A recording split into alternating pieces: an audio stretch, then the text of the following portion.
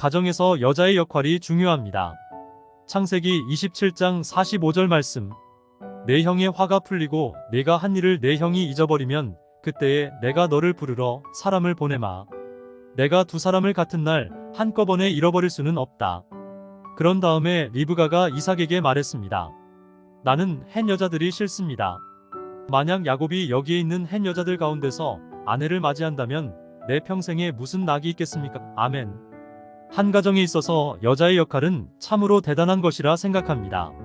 며느리로서, 아내로서, 엄마로서의 역할을 어떻게 감당하느냐에 따라서 그 가정의 흥망성쇠가 결정됩니다. 리브가는 에서가 야곱을 죽이려고 한다는 것을 알고 둘째 아들 야곱을 오빠인 외삼촌 집으로 보내어서 가정에 큰 비극을 맞게 됩니다. 어느 곳에서나 문제를 일으키는 자가 아니라 문제를 지혜롭게 잘 해결하는 여인을 하나님께서는 사랑하실 것입니다. 사람들이 모이는 곳에 가보면 좋은 이야기나 남을 칭찬하고 세워주는 말을 하는 사람보다는 싸움을 붙이는 말을 하고 남의 흉을 보는 경우가 많습니다.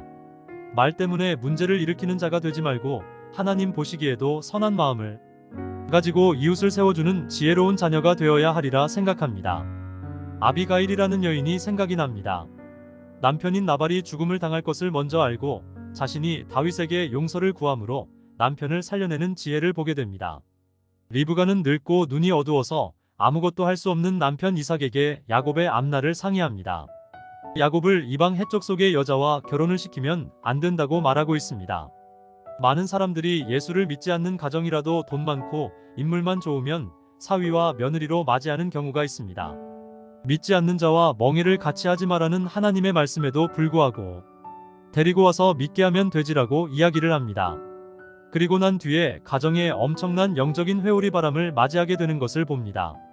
리브가는 참으로 성령의 사람이었습니다. 처녀 때부터 아름다웠으며 마음이 착했으며 하나님의 인도하심을 따라 살기 위해서 늘 힘쓰는 여인이었으며 하나님의 음성을 듣는 여인이었습니다. 리브가는 교회나 가정에서 하나님의 뜻을 모르고 살아가는 사람들에게 하나님의 뜻을 알게 해주는 역할을 합니다. 교회의 일꾼으로서 성도 간의 여러가지 불협화음을 미리 잘 알아서 은밀하게 해결하는 일에 쓰임을 받아야 할 것이라 생각하게 됩니다. 가정이나 교회나 사업처에서 여러가지 부딪힐 일들을 분석하여서 정리를 잘해야 할 것이라는 교훈을 받게 됩니다. 야곱이 어머니 리브가의 조언을 듣게 되고 이제 광야의 외삼촌 집으로 가서 인생 훈련을 받게 됩니다. 야곱이 어머니 리브가의 말씀을 잘 듣고 실천하였던 것처럼 저에게도 부족한 부분들과 앞으로 나가야 할 길들을 인도해 주시는 성령님의 음성을 잘 듣고 순종하며 나아가는 자녀 되기를 소원합니다.